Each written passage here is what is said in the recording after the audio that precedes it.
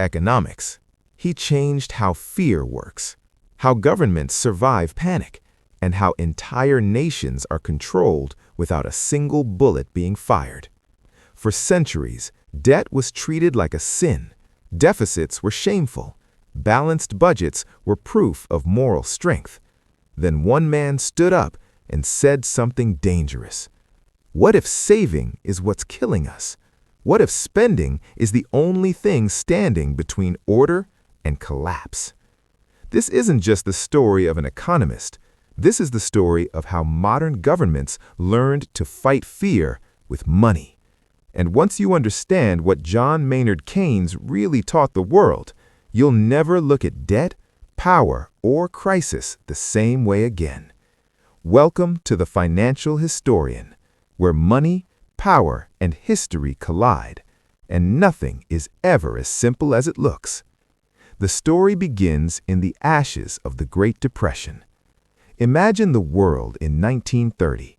Banks collapsing, factories silent, millions of people without work, without savings, without hope. The old economic rulebook was clear. Markets correct themselves. Prices fall. Supply meets demand. Recovery comes naturally. At least in theory. But theory doesn't feed a hungry family, and it doesn't calm a terrified nation. In reality, something terrifying happened. People stopped spending. Businesses stopped hiring. Factories stopped producing. The economy didn't correct itself. It froze. This was the moment John Maynard Keynes looked at the world and realized something radical. Markets are not machines. They are emotional systems. They run on confidence, on belief, on trust in tomorrow. And when fear takes over, markets don't heal, they spiral. When people stop spending, businesses lose income. When businesses lose income, they cut jobs. When jobs disappear, spending collapses even more. It's not discipline. It's not laziness. It's fear feeding on itself. Keynes called it a vicious cycle. Later, it would be known as the paradox of thrift. Saving money is smart for one household, but when everyone saves at the same time, the economy dies. Because one person's spending is another person's income. When spending disappears, so does the heartbeat of the economy. Keynes understood something deeply uncomfortable. What feels responsible during a crisis can actually make the crisis worse. So Keynes proposed something that shocked the economic world. If private demand collapses, public demand must replace it. If businesses won't spend, the government must. Borrow money, build projects, hire workers, put cash directly into people's hands. Not because debt is good, but because collapse is worse. To traditional economists, this was madness. Governments weren't supposed to interfere. Deficits were dangerous. Debt was immoral. But Keynes wasn't arguing morality. He was arguing survival. Keynes used a simple metaphor. The economy is like a car. In normal times, the private sector drives. But when the engine stalls, the government has to turn the key, pump fuel, restart motion, then step back once confidence returns. Spend during recessions, save during booms. Not one or the other, but both in rhythm. In 1936, Keynes published The General Theory of Employment, Interest, and Money. This book didn't just challenge economics, it rewired it. He introduced aggregate demand, the total spending power of consumers, businesses, and governments combined. When aggregate demand falls, production falls, employment collapses, and only one force can replace it fast enough: the state. But Keynes went deeper. He said economics isn't just numbers, it's psychology.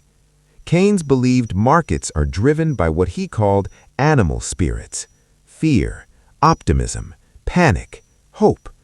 You can't fix fear with equations, you fix it with action. When governments spend boldly, they send a signal: we believe in the future, and belief itself becomes economic fuel.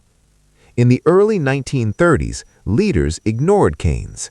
Britain clung to the gold standard and strangled its exports. Germany slashed spending and fueled social collapse. The United States, under Herbert Hoover, refused intervention. The result? 25% unemployment, mass bank failures, a frozen economy. The invisible hand didn't save anyone. Then came Franklin D. Roosevelt, not an economist, but a leader who understood fear. The New Deal wasn't one policy, it was a philosophy. Public works, mass employment, government as the buyer of last resort. Money flowed again, jobs returned, confidence slowly rebuilt. It worked, but not fully, because something even bigger was coming. World War II became the ultimate Keynesian experiment. Government spent without limits. Factories reopened. Unemployment vanished. Production exploded.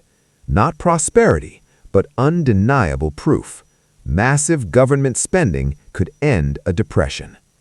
When the war ended, Keynes wasn't just respected, he was accepted. Post-war reconstruction followed his blueprint.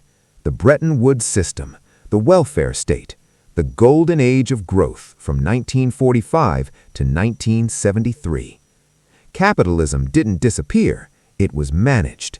For the first time in history, governments believed they could control economic cycles, and for a while, they could. But success created dependency. Politicians learned that people love stimulus and hate restraint. Keynes said save during booms. Governments forgot that part. By the late 1960s, inflation rose. The system overheated. Then came the 1970s oil shocks, stagflation, inflation and unemployment together. Keynes wasn't supposed to allow that. Faith cracked. Enter Milton Friedman and monetarism. They blamed government excess, too much money, too much interference. For a moment, Keynes looked finished. But ideas don't die. They wait. The global financial crisis revived him. Bailouts, stimulus, zero interest rates, trillions created overnight. The system survived. But something had changed. Money flowed into markets, not wages. Assets inflated. Inequality exploded. The engine restarted, but the wrong wheels spun. Then came COVID. This time, no hesitation. Direct checks, unlimited borrowing, pure Keynesian adrenaline. It worked, until inflation returned. Again. Today, Keynes is everywhere. Every slowdown triggers spending. Every crisis demands stimulus. Governments no longer spend as a last resort. They spend first. And markets don't fear recessions anymore. They fear withdrawal. Keynes didn't destroy capitalism. He saved it. Again and again. But in saving it, he made it dependent, fragile, mortal. He taught governments how to fight fear, but not when to stop. Keynes once said, "In the long run, we are all dead." He meant it as a warning. Today, it's become an excuse. And that raises a terrifying question. If modern economies survive only on belief, what happens when belief finally runs out? That's the story for the next video. So subscribe. History has the answers. I'll show you where to look.